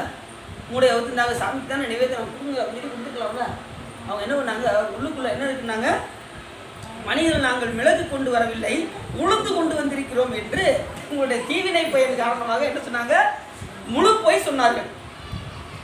உண்மையை சொல்லியிருந்தா பிரச்சனை இல்லை, கோயில் காரியம் சாமி காரியம் உண்மையை சொல்லணுமா வேண்டாமா, என்ன சொன்னாங்க, போய் சொன்னாங்க. உள்ளே வந்து உளுந்துருக்குங்க அப்படின்னா உடனே பஞ்சாயத்தர் அதை மெய்யென்று நம்பி இவர்களை விட்டுவிடும்படி சொல்லினார். அந்த காலத்தில் எப்படி வந்து ஒருத்தவங்க சொல்கிறதை எப்படி நம்பியிருக்காங்கன்னு பாருங்க. மூடையை திறந்து பார்க்காம என்ன பண்ணியிருக்காங்க, ஏன்னா அவங்க வந்து உண்மை சொல்லுவாங்கங்கிறத நம்பி என்ன சொல்கிறாங்க, மூட்டையில் என்ன இருக்குன்னு கேட்டிருக்காங்க. இவங்க அதேபடி அவங்க எப்படி நம்பிக்கையாக திறக்காமல் கேட்குறாங்களோ இவங்க என்ன செய்யணும், உண்மையை சொல்லியிருந்து சாமி நைவேத்தியத்துக்கு எடுத்து கொடுத்துருந்தா பிரச்சனை இல்லை. அப்படி கொடுக்காத காரணத்தினால் என்னாச்சு, உடனே எல்லோரும் பயத்தோடு பொதுமாடுகளை விரைவாக ஓட்டி கொண்டு மதுரை மாநகர் வந்து சேர்ந்தார்கள். பஞ்சாயத்தார் அதை மெய்யென்று நம்பி இவர்களை விட்டும்படி சொன்னதுமே உடனே தப்பிச்சம் பிழைச்சோம் நேரம் எங்கே போயிட்டாங்க, மதுரை மதிக்கு போயிட்டாங்க. விசாரித்து விட்டு விலை கேட்டு வாங்குவதற்கு வேண்டது. உடனே என்ன பண்ணாங்க, மதுரை நகர் வந்தார்கள். அங்குள்ள வணிகர்கள் மிளகு வந்துவிட்டது என்று விசாரித்து விட்டு விலை கேட்டு வாங்குவதற்கு வந்துட்டாங்க. அங்கே பூரா இருக்க வணிகர்கள்லாம் மிளகுக்கு அப்படி ஒரு அங்கே பஞ்சமூலத்தில் மதுரையில் மிளகு வாங்குறதுக்கு அவ்வளவு கூட்டம் நிரம்பி இருக்கு. அப்போது பொய் கூறி வந்த வணிகர் மிளகு பொதிகளை கட்டறுத்து கீழே சொரிய முழுவதும் உழுதாய் இருந்ததை கண்டு முகம் வேர்த்து மயங்கி பயந்து சுந்தரேசா உனது திருவள்ளா என்றார். இப்போ வந்து அந்த மூட்டையை திறந்து பார்த்தது என்ன இருந்துச்சு, உளுந்து இருந்தது.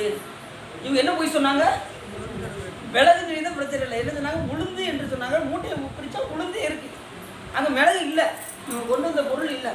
உடனே மதுரை உள்ள சொக்கநாதர் சொன்னாங்க, சுந்தரேசா நம்ம திருவிழாவில் இப்படியா இருக்குது, உன் திருவிழாயா இது அப்படின்னு யாரை சொல்கிறாங்க, சொக்கநாதர் பெருமானை பழி போடுறாங்க. மிளகு முழுவதும் பயிராகிய மாயம் என்ன என்று சொல்லி மலையாளத்தார் வஞ்சகமாக மிளகு என்று உளுந்தை கொடுத்தினரோ அப்படின்னு நினைக்காங்க. இப்போ ஒரு நடந்ததுமே உடனே என்ன செய்வோம், முதல்ல கொடுத்தால தான் அனுப்போம், அவன் தான் ஏமாற்றிட்டானோ அப்படின்னு என்ன செய்வாங்க, கேரளாவில் உள்ளவர்களும் யோசிக்கிறாங்க. இல்லையே நம்ம பார்த்து தானே வாங்கணும், மிளகு பார்த்து தானே வாங்கணும், மூணு கெட்டு போதும் நம்ம பக்கத்தில் தானே இருக்கணும், அப்போ வேறு யார் கட்டுருப்பான் அப்படின்னு பாருங்க. உடனே மிளகு முழுவதும் பயிராகி மாயவண்ண என்று சொல்லி மலையாளத்தார் வஞ்சகமாக மிளகு என்று உளுந்தை கொடுத்தினாரோ அல்லது வழித்தடங்களில் திருடர்கள் மிளகை எடுத்துக்கொண்டு உளுந்தை போட்டு விட்டார்களோ வரும்போது எந்த இடத்துல தூங்கியிருப்பாங்க. அந்த காலத்துலாம் பார்த்தீங்கன்னா பூரா ஒவ்வொரு இடத்துலையும் மூட்டை அவுத்து வச்சுட்டு நிம்மதியாக எங்கனையாவது ஒரு மரம் நடவு இருந்துச்சுன்னா அப்படி உறங்கி விடுவாங்க. உறங்கி விட்டு குடிச்சதும் அப்படி மூட்டை எடுத்துட்டு அப்படி கிடந்துருவாங்க. இப்படி வரும்போது திருடர்கள் யாராவது வந்து எடுத்துருப்பாங்களோ அப்படின்லாம் நினைக்கிறாங்க. அப்படி நினச்சிட்டு வழித்தடங்களில் திருடன் மிளகை எடுத்துக்கொண்டு உளுந்தை போட்டு மூட்டை கட்டி விட்டார்கள் என்று அங்கனம் செய்ததற்கு மூட்டை ஒன்றில் அன்று மதிகலங்கி சந்தேகத்தில் இருக்கும் போது அவருள்ள ஒரு கிள வணிகன் சொல்லுவான் ஆயினா. அந்த கூட்டத்தில் மட்டும் ஒரு கிளவராக இருக்கக்கூடிய வணிகர் சொன்னார், புதுவை நகரத்தார் கேட்ட மகிமை பயந்து உளுந்தென்று பொய் கூறினான். அந்த ஒரு கிள வணிகர் கேட்குறாரு, நீங்கள் வரும்போது வேற எங்கேயும் உங்களை பற்றி எதுவும் கேட்டாங்களான்னு கேட்குறாரு. அதுக்கு ஆமாம் சாமி, நாங்கள் புதுவை நகரத்துக்கு வந்தோம், அங்கே வந்து ஒரு பஞ்சாயத்தார் கேட்டாங்க, நாங்கள் அதுக்கு என்ன சொன்னோம், மிளகு பதில் உளுந்து என்று பொய் கூறினோம் அப்படின்னு சொல்லி உண்மையை சொல்கிறாங்க. அப்போ அன்றியும் வைத்தியநாதர் நைவேதனத்துக்கு மிளகு கொடுத்தோம் இல்லை, ஆதலால் நமது திரவியமெல்லாம் நாசமாகும் பொருட்டு புதுவை ஈஸ்வரே இங்கனம் செய்தவர் என்று நீ அப்படி செய்யாதனால சாமி என்ன பண்ணிட்டாரு, உனக்கு உளுந்தாக மாற்றி விட்டார் அப்படின்னு சொல்லி, ஆதலால் நமது திரவியமெல்லாம் நாசமாகும் பொருட்டு புதுவை ஈஸ்வர் செய்தார். பழியும் பாவங்களும் மிக வந்தனவென்று சொன்னான். எல்லா வணிகரும் கேட்டு சந்தேகம் தெளிந்து மிளகை பயிராக்கியதையும் பயிற்றை மிளகாக கொடுக்கும் என்று மதுரை சோமசுந்தர கடவுள் சன்னிதானத்தை அடைந்து என்ன செஞ்சாங்க, சாமிகிட்ட போய் விண்ணப்பம் செஞ்சாங்க. யார்கிட்ட போய் சொன்னாங்க, மதுரை சொக்கநாத பெருமாள் தான் சொன்னாங்க. எப்பயுமே பார்த்தீங்கன்னா சொக்கநாத பெருமாளுக்கு நம்ம வைத்தியநாத சாமிக்கும் ஒரு லிங்க் உண்டு. ஏற்கனவே திருமண நாயக்கர் என்ன பண்ணார், அங்கே போய் என்னுடைய வைத்தொழி தீராத வைத்தொழி என்னவா ஒன்றும் செய்ய முடியலன்னு போய் நின்னார். உடனே சாமி என்ன சொன்னார், அசீர்த்து வாக்காக நீ புதுவை தலத்தை அடைந்து வைத்தியநாத பெருமானை தரிசித்தாலுடைய ஒரு மண்டலம் தங்கியிருந்து வழிபாடு செய்தாலுடைய உனது வயிற்று வலி தீராதுன்னு சாமி என்ன பண்ணாரு, அசைதி வாக்காக போயிடுச்சு. உடனே அங்கேருந்து கிளம்பி பல்லக்கில் வராரு. அந்த காலத்தில் இப்போ தானே எல்லாமே, அப்போ வந்து பல்லக்கு மாட்டு வண்டி, அவர் அரசராக இருந்ததுனால பல்லக்கில் வந்தார். இதே இது சாதாரண ஆளுன்னா எதில் வந்திருப்பார், மாட்டு வண்டியில் வந்திருப்பார். சில அதுக்கும் ரொம்ப கீழானவங்கன்னா என்ன செய்வாங்க, நடந்தே வந்துடுவாங்க. அந்த காலத்தில் நடந்து தான் அதிகமாக. அதுக்கப்புறம் பார்த்தீங்கன்னா வீட்டுக்கு வீடு என்ன வச்சுருப்பாங்க, திண்ணை கட்டி வச்சுருப்பாங்க, பார்த்துருக்கீங்களா? திண்ணை பட்டம் சொல்லுவார், படுக்க எங்கும் புறம் திண்ணை உண்டு அப்படிம்பாரு. அப்போ இதுலேருந்து என்ன தெரியுது, எல்லா வீட்லேயும் அந்த காலத்தில் திண்ணை கட்டியிருக்காங்கன்னு தெரியுது. ஏன்னா யாத்திரிகள் அந்த காலத்தில் நடந்தே போவாங்களா, எங்களுக்குள்ள அவங்க ஓய்வு கொடுக்கு திடீர்னு இருட்டிச்சோ உடனே அந்த திண்ணை கட்டியிருப்பாங்க பார்த்தீங்களா, அதில் பிடிச்சி படுத்துவாங்க. விடியட்டும், விடுஞ்சதுக்கப்புறம் போய்க்குவோம் அப்படின்னு சொல்லி கட்டி வச்சுருப்பாங்க. இப்போ பார்த்தீங்கன்னா ஒரு வீட்டில் கூட வெளியில் இருக்கிற இடத்த பூரா வளைச்சு கட்டுறா நீ அப்படின்னு எவனும் வந்து இங்கே வெளியில் வந்து உட்காரக்கூடாது. ஏன்னா பயம், எதுக்கு எடுத்துகிட்டு போயிடுவானுங்கிற பயம் இப்போ வந்து. அந்த காலத்தில் இப்போ திருடர் பயம் அவ்வளோவா கிடையாது. எங்கன்னாலும் படுத்துருப்பாங்க, எங்கனாலும் இருப்பாங்க. யாத்திரிகள் அப்படிலாம் இருந்தாங்க. அது மாதிரி ஒரு சின்ன சவுண்டு கட்டினா உடனே எந்திரிச்சிருவாங்க அந்த காலத்தில். இப்படி எத்தனை சத்தம் போட்டாலும் அலாரமே அடித்தாலும் எந்திக்கவே மாட்டோம் அப்படின்னு நினைச்சுவாங்க. போர்வை பற்றி அது மட்டும் அடிச்சுக்கிட்டு இருக்கோம் அலாரம், அசராமல் உறங்குவாங்க. அப்போ என்ன செய்வாங்க, கட் பண்ணி விட்டு மறுபடியும் உறங்குவாங்க. இப்போ கூட அப்படி நடந்துக்கிட்டு இருக்கு. ஏன்னா நம்மளுடைய சூழ்நிலை அப்படி. அதனால படுக்க எங்கும் புறம் திண்ணை உண்டு, பசித்து வந்தால் கொடுக்க சிவன். பசிச்சதுன்னு வச்சுக்கோங்களேன், சிவபெருமான் எந்த உயிருக்குனாலும் படி அளந்து கொண்டே இருப்பார். அதுதான் சிவபெருமானுடைய கருணை. இப்போ நம்ம தகுதிக்கு தகுந்த மாதிரி நம்ம தோசை இட்லி சாப்பிடுவோம். உயர்ந்தவங்க என்ன செய்வாங்க, பாலும் பழம் அந்த மாதிரி சாப்பிடுவாங்க. பிளாட்ஃபார்ம் உள்ளவங்க அவர்கள் தகுதிக்கு தகுந்தவாறு என்ன செய்வாங்க, அவங்க அன்னம் சாப்பிடுவாங்க. அதுக்கு கீழானவங்க எங்கே கிடைக்கிறது எடுத்து சாப்பிட்டு இருக்காங்க. அதுக்கு கீழான உயிர்கள் எறும்பு மற்ற உயிர்கள் ஏதாவது ஒன்று எடுத்து குறைக்க சாப்பிட்டுட்டே தான் இருக்கும். ஏற்கனவே ஒரு கதை சொன்னோம், சாமி அம்பாள் வந்து, சாமி எல்லா உயிருக்கும் நீங்கள் படி இழந்துட்டீங்களா அப்படின்னு அம்பாள் கேட்பாங்க. எல்லா உயிருக்கும் அளந்தாச்சு அப்படிப்பாரு. இன்னும் எல்லாத்துக்கும் அளந்தாச்சு சொல்கிறாரு. நமக்கு ஒரு எறும்பு பிடிச்சி உள்ளே வச்சு சாமிகிட்ட கேட்போம். அப்படி ஒரு குடும்பத்தில் போட்டு அம்பாள் என்ன பண்ணாங்க, சாமி இன்னைக்கு ஒரு உயிருக்கு நீங்கள் படி இழக்காமல் விட்டீங்க அப்படின்னு.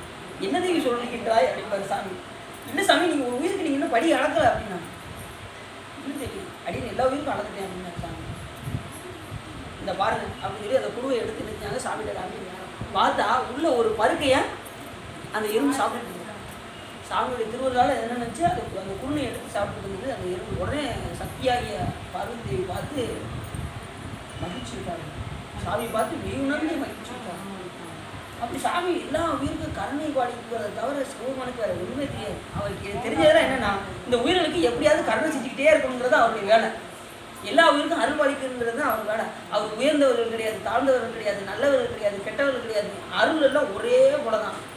நாம் என்ன செய்வோம், இவன் உயர்ந்தவன், இவனுக்கு தகுந்த மாதிரி பழகணும், இவன் தாழ்ந்தவன், இவனெல்லாம் லேசாக பட்டு வச்சு வச்சுக்கணும், ரொம்ப பழகக்கூடாது அப்படின்னு நாம நினைப்போம். ஆனால் சாமி எல்லா உயிர்களிடம் ஒரே போல தான் அனுபவிச்சிருக்கார். அதாவது நல்லவர் தீயர் எனாது நச்சினர் செல்லல் கட சிவமுக்தி காட்டுவ கொல்ல நமந்தவர் கொண்டு போகும் இடத்து அல்லல் கிடுப்பன அவர் எல்லா உயிரிடத்தும் ஒரே போல அப்படி பாகுபாடு பார்த்தாருன்னு வச்சுக்கோங்க, அவர் கடவுளே கிடையாது. இது அவங்களுக்கு இவர் உயர்ந்தது தாழ்ந்தவன் சாமி பார்த்தாருன்னா அவர் கடவுளாக இருக்க முடியாது. அவர் எல்லா உயிரிலும் அருள் பாலிப்பதனால தான் சிவபெருமான் அவர் கருணை வடிவமாக இருக்கின்றார். கற்பனை கடந்த ஜோதி கருணையே அற்புத கோல் நீடி அருமறை சிறத்தின் மேலாம் சிற்பர வியோகமாகும் சிற்றம்பலத்தில் நின்று பொற்புடம் நடவு செய்கின்ற பூங்கடல் போற்று. அப்படி கருணையே அவருக்கு உருவமாக இருக்கின்றனால் அவர் எல்லா உயிரும் அவருக்கு ஒரே. அதுதான் சொன்னார் பண்டத்தர், படுக்கை எங்கும் புறம் திண்ணை உண்டு, உடுத்த கந்தை துணி உண்டு, பசித்து வந்தால் கொடுக்க சிவன் உண்டு அப்படின்னு. பசித்ததுன்னு என்று சொன்னால் சிவபெருமான் எல்லா உயிருக்கும் கண்டிப்பாக ஏற்கனவே நான் சொல்லியிருக்கேன். நினைக்கிறேன் சதுரகிரிக்கு போயிட்டு இறங்கி வரும்போது வயிறு பசி தாங்க முடியல, அவ்வளோ பசி. மதியம் ஒரு 2 மணி இருக்கும், ரொம்ப பசியாயிருச்சு. அதில் பாடுவார் பசி தீர்ப்பாய் பரவுவார் பிணிகளைவாய் ஓடு நின் கடனாக உள்வழிக்கு ஊழல்வானே காடு நின் இடமாக கடுவிரல் நடமாடும் வேடனே கூறுகாவூர் எல்லடை நீ என்றே அப்படின்னு பாட்டு பாடி அப்படியே இன்னைக்கே ஒன்று தெரியாமல் வந்தார். சாமி இந்த பொட்டனை தச்சு கொடுங்க சாமி, இந்த 2-3 பொட்டனை இருக்குது, உன்னை வச்சுக்கிட்டிங்கன்னா எனக்கு ரொம்ப சந்தோஷமாக இருக்கும் அப்படின்னாரு. பார்த்தா உள்ள புளியோதரை போட்டோம் கொடுத்துட்டு ஓடுறாரு. அவரு நிற்க மாட்டேங்காரு. உண்மையிலே அந்த வடிவத்தில் சிவன் தான் வந்துருப்பார், வேற யாரும் வர முடியாது. மானுட சட்டை தாங்கி அந்த நேரத்தில் சரியாக பார்க்காம வர போயிட்டேன். ஏன்னா நம்ம பார்க்கக்கூடாதுங்கிறதுக்காக சிவர் என்ன விட்டாரு, நம்ம பொட்டத்தில் தான் கவனம். ஏன்னா பசி இருக்கிற பொட்டத்தில் தான் கவனம் இருந்தது, ஒழிய ஆளை பார்க்காம விட்டோம். ஏன்னா சிவபெருமான் எந்த உருவத்தில் வருவார்னு சொல்ல முடியாது. இப்படி நிறைய திருக்கச்சூரால கோயிலில் வழிபாடு பண்ணிட்டு வந்துட்டு இருந்தோம். அங்கே சிவபெருமான் பிச்சை எடுத்து சுந்தரமூர்த்தி சாமிக்கு கொடுத்தாரு. அப்படிப்பட்ட தலத்துக்கு வழிபாடு பண்ணிட்டு போகும்போது தண்ணி தாங்க முடியல, வெயில் சரியான வெயில், கொட்டை காடு. அங்கேருந்து கிட்டத்தட்ட ஒரு 10 கிலோமீட்டர் நம்ம அந்த காட்டு வழியாக போய் தான் மெயின் ரோட்டை பிடிக்கணும், சிங்கப்பெருமாள் கோயில் பிடிக்கணும். இந்த இடைப்பட்டதுக்கு அப்புறம் நம்ம 2 வீலர் வந்துகிட்டு இருக்கோம், தண்ணி தாங்க ரொம்ப இருக்குது. என்னடா செய்யலாம் அப்படின்னு சொல்லிட்டு சாமி இந்த இடத்துல உங்களுக்காக தண்ணி கொடுக்கக்கூடாதா அப்படின்னு பாடுவார். பசி தீர்ப்பாய் பரவுவார் பிடிக்கலவாய் பாட்டு பாடுறோம். அந்த இடத்துல நல்ல கவனம் கலைஞ்சு குழாயே இல்லாத இடத்துல ஒரு குழாய் இருக்குது. அந்த பொட்டைக்காட்டில் ஒரு குழாய் இருக்குது. குழாய் இருந்தால் போதுமா, அங்கே தண்ணி வரணும் வேண்டாமா? திருக்குன்னா தண்ணி வருது. அதுதான் ஒரு பெரிய ஆச்சரியம். அவ்வளோ ஒரு காட்டில் ஒரு குழாய் இருந்தது அதிசயம், அங்கே தண்ணி வந்தது ஒரு அதிசயம். ஆசைத்தீர பிடிச்சேன். உடனே சிவபெருமான் திருவருள் போல் உள்ளதுன்னு அப்போ நினச்சேன். அடியில் வந்து எப்படி சுந்தரமூர்த்தி சாமி சொன்னாரோ அதே திருவருளில் அடியலுக்கும் அந்த நேரத்தில் பண்ணார் சாமி. இப்படி எந்தெந்த நேரத்தில் நமக்கே தெரியாமல் ஒரு நிகழ்ச்சி நடக்கின்றதோ அப்போ நம்ம என்ன நினைக்கணும், இது சிவபெருமான் திருவருள் என்று நினைக்கணும். இது மட்டும் இல்லை, எந்த ஒரு செயலை செய்தாலும் சிவபெருமான் திருவருள் என்று வியந்து நாம் சிவபெருமானை வழிபாடு செய்ய வேண்டும். சரி, அப்படி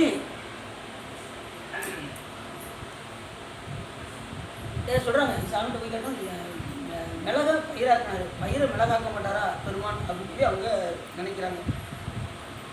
சுவாமி உம்மிடம் பொய் கூறி வந்த பிழை பொறுத்து காக்க வேண்டும் என்று துதித்து நிற்ப அக்கடவுள் அசிரீதி வாக்காக நீர் புதுவையை சேர்ந்து நம்மை பூசணை செய்தால் அங்கே அருள் செய்வோம் என்று கூறினார். யார் இப்போ கண்ணூர் சொல்கிறா? சொக்கநாதர் பெருமான் அவர்களுடைய கண்ணூர் சொல்லுகிறார். அசிரீதி வாக்காக புதுவை சேர்ந்து நம்மை பூசணை செய்தால் அங்கே அருள் செய்வோம் என்று கூறினார். அப்போ சொக்கநாதர் வேற கிடையாது, அங்கே போய் பூசை பண்ணால் யாம் அங்கே வந்து அருள் செய்வோம் பண்ணார். சொக்கநாதர் பெருமான் இங்கே வர்றாரு, வைத்தியநாதரா அது மொத்தத்தில் சிவபெருமான் ஒருத்தர் தான், கடவுள் ஒன்று தான். நம்ம கூப்பிடக்கூடிய நாமங்கள் தான் பலம். புரியுது அவங்களுக்கு? நீங்கள் எந்த நாமத்தை சொல்லி நீங்கள் வளைக்கின்றீர்களோ அந்த நாமம் தாங்கி சிவபெருமான் வந்து அருள் செய்யும். நீங்கள் சொக்கநாதன் சொன்னால் சொக்கநாதராக தயவு செய்யும், வைத்தியநாதன் சொன்னால் வைத்தியநாதராக தயவு செய்யும். 1000 திருநாமம் பாடி எல்லேனும் கொட்டணும். அடியார்களும் ஒவ்வொருத்தரும் ஒவ்வொரு நாமத்தை சொல்லி கொடுப்பாங்க. சிலவர் ஆரூரா அப்படிம்பாங்க, சிலவர் தியாகேசா அப்படிம்பாங்க, சிலவர் சொக்கநாதா அப்படிம்பாங்க, சிலவர் வைத்தியநாதா அப்படிம்பாங்க, சிலவர் விக்ரபாண்டீஸ்வரா அப்படிம்பாங்க, சிலவர் சங்கர்லிங்கேஸ்வரா அப்படிம்பாங்க. இப்படி எத்தனை திருநாமங்கள் நீங்கள் அழைத்தாலும் அவர் வெடிகோடி நாமங்களுக்கு சொந்தக்காராக இருக்கக்கூடிய பெருமான் நமக்கு கருணையே பாலிப்பார். எந்த நாமம் அந்த அருள் அந்த எப்படி அப்படின்னா அந்த நாமம் தாங்கி வந்து அருள் செய்வார். இப்போ நீங்கள் சிவலிங்கத்தில் நீங்கள் வாங்குறீங்கன்னு வச்சுக்கோங்க, நீங்கள் சொக்கநாதராக நினச்சிங்கன்னா சொக்கநாதராக அந்த அருள் செய்வார், வைத்தியநாதராக நினச்சிங்கன்னா வைத்தியநாதராக அந்த அருள் செய்வார். எதை நீங்கள் அதிகமாக நீங்கள் உச்சரிக்கிறீர்களோ அந்த நாமம் தாங்கி சிவபெருமான் வந்து அது செய்வார். ஆனால் அவர் எப்படிப்பட்டவர்னா பேராயிரம் பறவை வானோர் எத்தும் பெருமா. சிவபெருமான் வந்து பேராயிரம் பறவை எல்லா தேவர்களும் பல்லாயிரம் நாமங்களை சொல்லி சிவபெருமானே அச்சிருக்கிறாரு. நாம் ஒரு நாமத்தை சொல்லி எச்சரிக்கிறதுக்கு என்ன செய்கிறோம்?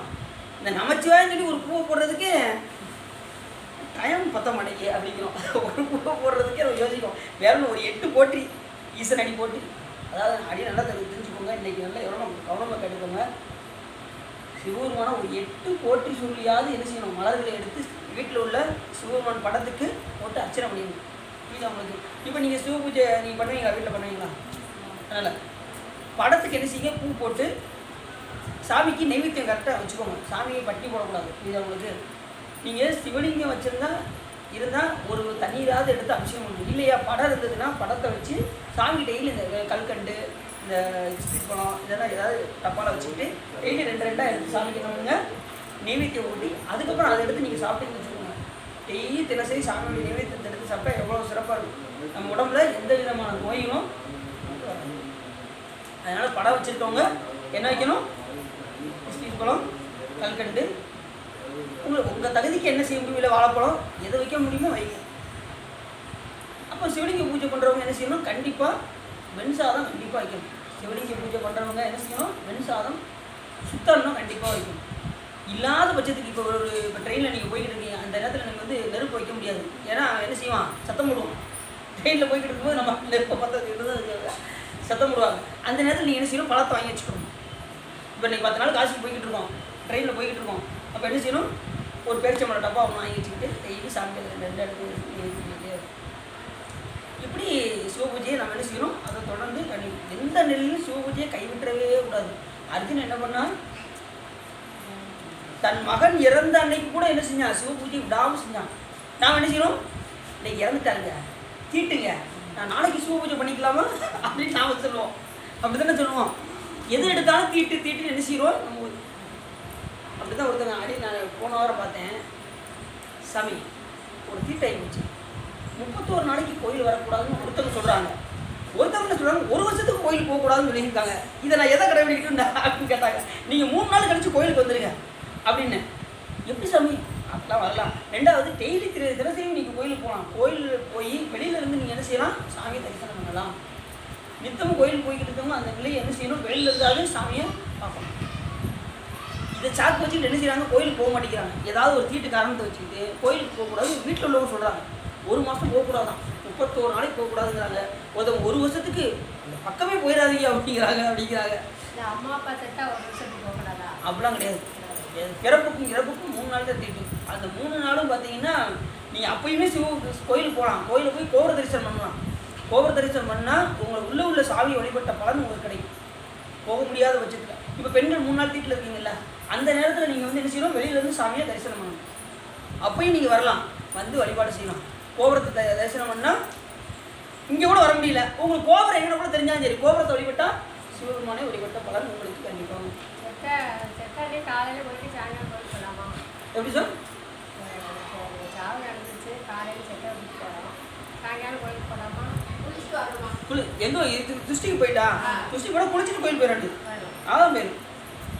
ரத்த சம்பந்தமாக இருந்தால் 3 நாள் அதுவுமே நீங்கள் வரலாம். ஆனால் வெளியிலேருந்து தரிசனம் பண்ணணும். 3 நாள் முடிஞ்சால் ஆட்டோமேட்டிக்காக நீங்கள் உள்ளே வந்துடணும்.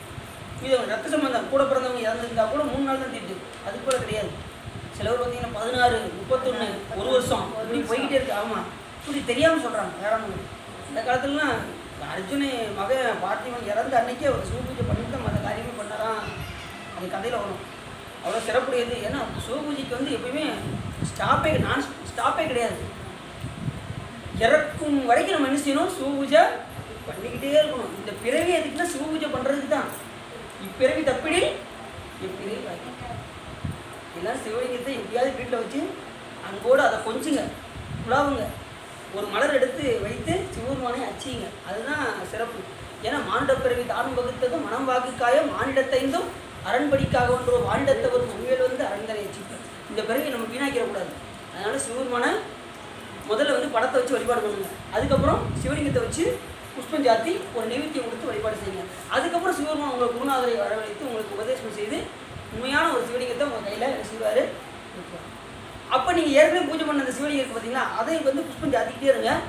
புதுசாக சாமி குருநாதர் கொடுத்ததுக்கப்புறம் அந்த சிவலிங்கத்தை வச்சு பூஜை பண்ண ஆரம்பிச்சோம். முதல்ல ஒன்று வச்சு பழகுங்க, அதுக்கப்புறம் அதுக்கு புஷ்பம் சாத்தி வழிபாடு பண்ணுங்க. திடீர்னு ஒருத்தவங்க வந்து ஒரு சிவபூஜை அடியார் வந்து உங்கள்கிட்ட ஒரு சிவலிங்கத்தை கொடுக்குறாங்க வச்சுக்கோங்க. சாமி நான் வெளியூருக்கு போனேன், இந்த சிவலிங்கத்தை வச்சு நீங்கள் சிவபூஜை பண்ணுங்க அப்படின்னு சொல்லி கேட்குறாங்க. நீ அவங்களுக்கு பண்ணுவீங்களா பண்ண மாட்டீங்களா? அவங்களுக்கு அந்த பலனை கொடுக்கணும். ஏன்னா அவர் பண்ண முடியாத சூழ்நிலையில் இருக்காரு, நம்மக்கிட்ட வந்து கொடுத்துருக்காரு. இப்போ நீங்கள் என்ன செய்வீங்க, 2 சிவலிங்கத்தை வச்சு பூஜை பண்ணக்கூடாது. ஏற்கனவே உங்கள் சிவலிங்கம் ஒன்று இருக்குது, இவங்க ஒன்று கொடுத்துருக்காங்க, 2 வச்சு பண்ணக்கூடாது. ஏற்கனவே நீங்கள் பூஜை பண்ணியிருப்பீங்க பார்த்தீங்களா, பண்ணி அனுபவப்பட்டிருப்பீங்க பார்த்தீங்களா, அந்த நேரத்தில் அந்த சிவலிங்கத்தை எடுத்து பயன்படுத்தணும். 3 வச்சு பண்ணணும். 1, 3 இல்லைன்னா 5. அடியனுக்கு ஒரு பெரிய பாக்கியம் கிடச்சி. அப்போ 5 சிவலிங்கம் தீட்சி எடுத்த நேரத்தில் 5 சிவலிங்கத்தை வச்சு சிவ பூஜை பண்ணுற ஒரு வாய்ப்பு கிடைச்சது. முருகன் சோகம் கொடுத்தாங்க, ஜெயகரன் சோகம் கொடுத்தாங்க, அடியன் 1, ராமநாத சோகம் 4, அப்புறம் அடியன் ஏற்கனவே பல சிவலிங்கத்தையும் வச்சு 5 சிவலிங்கத்தை வச்சு ஆனந்த 2 வச்சு பண்ணக்கூடாது.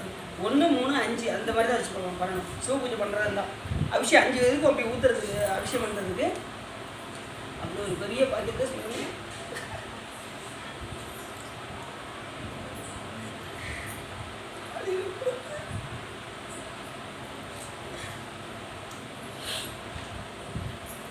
ஒரு பெரிய பாக்கியம். எல்லாரும் சிவபூஜை பண்ணணும். பண்ணணும்னா பெருமை இனாயிரும். உங்களோட நேரம் சொற்பொழி பேசுறது கேட்கறது பெருசு கிடையாது. சிவபூஜை கண்டிப்பாக பண்ணணும். முதல்ல படத்துக்கு பூ வச்சு முதல்ல பழகணும். அதுக்கப்புறம் சிவலிங்கத்தை வச்சு ஒரு தண்ணீராவது எடுத்து அபிஷேகம் பண்ணி என்ன செய்யணும், அதுக்கு புஷ்பம் ஜாதி நெய்வேத்தியம் கொடுத்து ஒரு திருமுறை பாடல் பாடி என்ன செய்யுங்க. அதுக்கப்புறம் உங்கள் வேலையை நீங்கள் வாடி பார்க்க போயிருங்க. அதுக்கப்புறம் சின்ன சிவலிங்கம் இருக்குது, அதை பக்கத்தில் நம்பி வச்சுக்கணும். நிறைய சாமி இருக்குது. செவ்வாய் வழிக்கு எப்பயுமே பாடங்கள் வச்சு கொண்டுருவாங்க. வேறு தனியாக பூஜையெல்லாம் ஒன்றும் பண்ணலாம். சரி, நெய்வேத்தியம் பண்ணுறீங்களா? சரி நெய்வேத்தியம் இப்போதைக்கு அப்படி பண்ணுங்கள். அதுக்கப்புறம் குருநாதர் வந்து சொன்னதுக்கப்புறம் குரு கிடச்சிட்டாங்கன்னா அதுக்கப்புறம் நீங்கள் எல்லா விஷயம் பண்ணி வழிபாடணும். சரிதானா? அப்போ வந்து நீங்கள் தினசரி விஷயம் பண்ணணும். ஆனால் 2 வேளை விளக்கேற்றிவாங்க. காலையில் சரி பண்ணுவாங்க. பண்ணலாம்.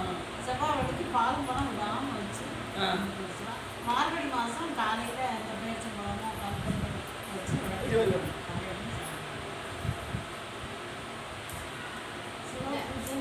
கூடவே இல்லை.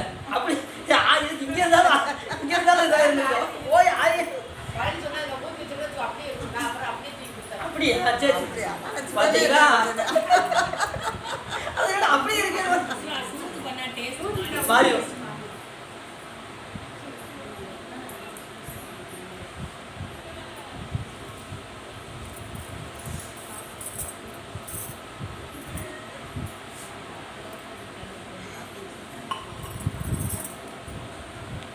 இப்பிறவி தப்பிடி இப்பிறவி வாய்ப்பு. இந்த பிறவியில் சிவபூஜை பண்ணணும்னா நீ எந்த பிறவியில் போய் நம்ம சிவபூஜை பண்ண வாய்த்தது இது ஒரு பிறவி நம்ம நமக்கு மதித்திருங்கிற அப்பசாமி அப்படி கிடைச்சி நம்ம பயன்படுத்தலைன்னா நம்மளுடைய இலக்கு. சிவபெருமான் மேலே எந்த குற்றமும் இல்லை, அவர் கொடுத்துட்டு தான் இருக்காரு. நம்ம பயன்படுத்தலை நம்ம மேலே தான் குற்றம். இப்போ எந்த பூஜையும் எதுவும் பண்ணாமல் சிவபெருமான்ட்ட போய் எனக்கு முக்தி கொடு அப்படின்னு சொல்லி இந்த உயிர் கேட்டதுன்னு வச்சுக்கோங்க, யாருக்கு இழுக்கு? நமக்கு தான் இழுக்கு. உயிராகி நமக்கு தான் இழுக்கு. சாமிகிட்ட ஒரு பணியும் செய்யாமல் எனக்கு முக்தி கொடுன்னு கேட்டா உயிருக்கு தானே இழுக்கு. சரி, அப்படி சிவபெருமான் கொடுக்கவும் மாட்டார். ஏன் அப்படின்னா பணி செய்யாமல் எதுவுமே கிடைக்காது. உனக்கு பணி செய்ய உங்களை என்னாலும் நினைக்க வர முடியும். அவர் பணி செய்தால் தான் அவரையே நாம் நினைக்கணும். சரி, அப்படி என்ன செஞ்சாங்க, அக்கடவுள் அசிரீதி வாக்காக நீங்கள் புதுவை சேர்ந்து நம்மை பூசணை செய்வாயாக என்று சிவபெருமான் அசிரீதி வாக்காக அசிரீதி வாக்காக சிவபெருமான் நிறையா பேருக்கு சொல்லியிருக்காரு. நிறைய பேருக்கு பாட்டு எடுத்து கொடுத்துருக்காரு சிவபெருமான். யார் யாருக்கெல்லாம் பாட்டு எடுத்து கொடுத்தாரு? சைக்கிளா சாமிகளுக்கு எடுத்து கொடுத்தாரு, அப்புறம் சுந்தரம் சாமிகளுக்கு எடுத்து கொடுத்தாரு, முருகப்பெருமான் அருணைநாதருக்கு எடுத்து கொடுத்தாரு. இப்படி எல்லாமே அசிரீதிவாக என்ன செய்கிறாரு, சாமி எடுத்து கொடுக்குறாரு. அது மாதிரி எத்தனையோ புராணங்களில் அசிரீதிவாக்க நிறைய சொல்லியிருக்காரு. 64 திருவிளையாடலில் கனவுல எத்தனையோ மன்னர்களுக்கு சாமி கனவுல தான் சொல்லியிருக்காரு. கனவு பொய் கிடையாது. நல்லா கனவு கிடையாது, கனவு பொய் கிடையாது. நீங்கள் இப்போ படுத்திருக்கும் போது ஒரு கனவு காண்றீங்கன்னு வச்சுக்கோங்க, இடம் வேணால் மாறி இருக்கலாம், ஆனால் காட்சி ஒன்று ஏதோ ஒரு பிறவியில் அது நடந்துருக்கும். நீங்கள் கனவு காண்ட இப்போ பேயே வந்து அடிக்கிற மாதிரி கனவு காண்கிறீங்கன்னு வச்சுக்கோங்க உதாரணத்துக்கு, அது ஏதோ ஒரு பிறவியில் ஒரு பேய் உங்களை அடிச்சிருக்கோம், புரியுது அவங்களுக்கு? அது மாதிரி சிவபெருமான் நீங்கள் பூசிக்கிற மாதிரி கனவு காண்றீங்க, அப்போ ஏதோ ஒரு பிறவியில் நீங்கள் சிவபூஜை பண்ணியிருக்கீங்க, புரியுது அவங்களுக்கு? அது உங்களுக்கு கனவு வரும். அதனால தான் உறங்கும் போது நல்ல சிந்தனையோடு உறங்கினா எத்தனையோ பிறவியில் நல்லது செஞ்சுருப்போம் பார்த்தீங்கன்னா அது கனவுக்கு வரும். இல்லைன்னு வச்சுக்கோங்க, கெட்டது செஞ்சதா நமக்கு கனவுக்கு வரும், புரியுது அவங்களுக்கு? காலையில் 5 சிவலிங்கம் இருந்துச்சுங்க. காலையில் 4 மணி பார்த்தீங்களா? அவங்க செய்த புண்ணியம் வந்து என்னதான் மாறுது? சிவ பூஜையெல்லாம் பண்ண மாட்டேங்க. லிங்கம் தெரியுது, லிங்கம் தெரியுது உங்களுக்கு. அதான் அது என்னன்னா அதான் அந்த 5 லிங்கம் ஏற்கனவே முற்படிட்டு நீங்கள் அதை பார்த்துருக்கீங்க. அந்த 5 லிங்கத்தை நீங்கள் ஏற்கனவே பார்த்துருக்கீங்க. அது உங்களுக்கு கனவாக வருகிறது. 5 லிங்கம் முதல்ல தெரிஞ்சுது.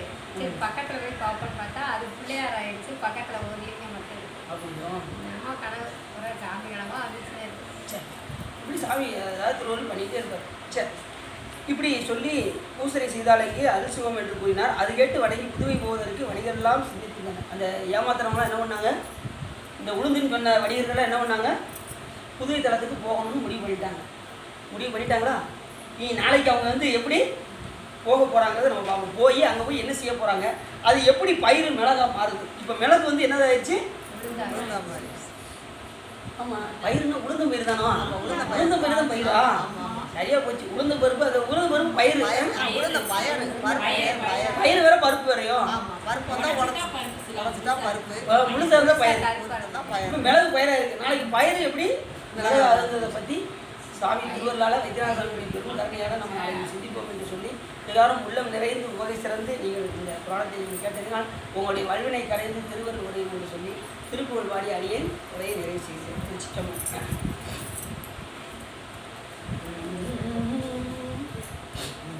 வாசித்து காணொனாதது பூசித்து கூடொனாதது வாய்விட்டு பேசொனாதது நெஞ்சினாலே மாசத்து தோணொனாதது மாதத்துக்கு ஈரதானது யோகத்துக்கு ஆதியானது கண்ணினாயேன் ஓசைக்கு தூரமானது மாகத்துக்கு ஈரதானது லோகத்துக்கு ஆதியானது கண்டு நாயேன் யோகத்தை சேருமாறுமை ஞானத்தை போதியாயினி ஊனத்தை போதிடாது மயங்கலாமோ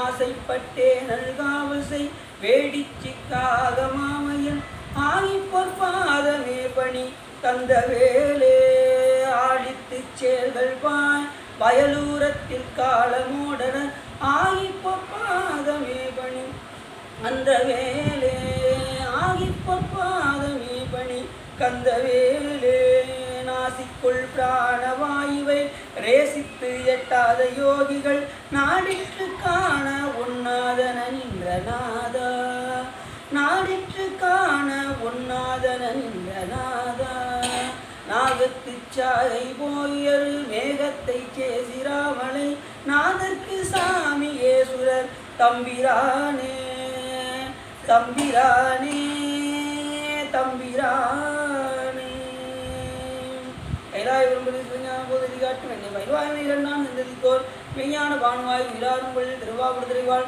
ஒரு நமச்சிவாய் தேவன் சைராதி மரபொழியும் திருமரபு நீடூழி தலைகமாதோ வான்முகில் வளாது மிக மணிபலம் துறக்க மன்னன் போன்முறை அரசீக குறைவில்லாத உயிர்வாழ்க நான்மறை அரங்கள் பொங்க நற்றவம் வேலும் மல்க மேன்மைகள் சைவ நீதி விளங்குக உலகமெல்லாம் ஆக நம்ம பார்வதி பதையே போற்றி இறைவா போற்றி முருகனுக்கு சிற்றம்பலம் தில்லையம்பலம் பொன்னம்பலம்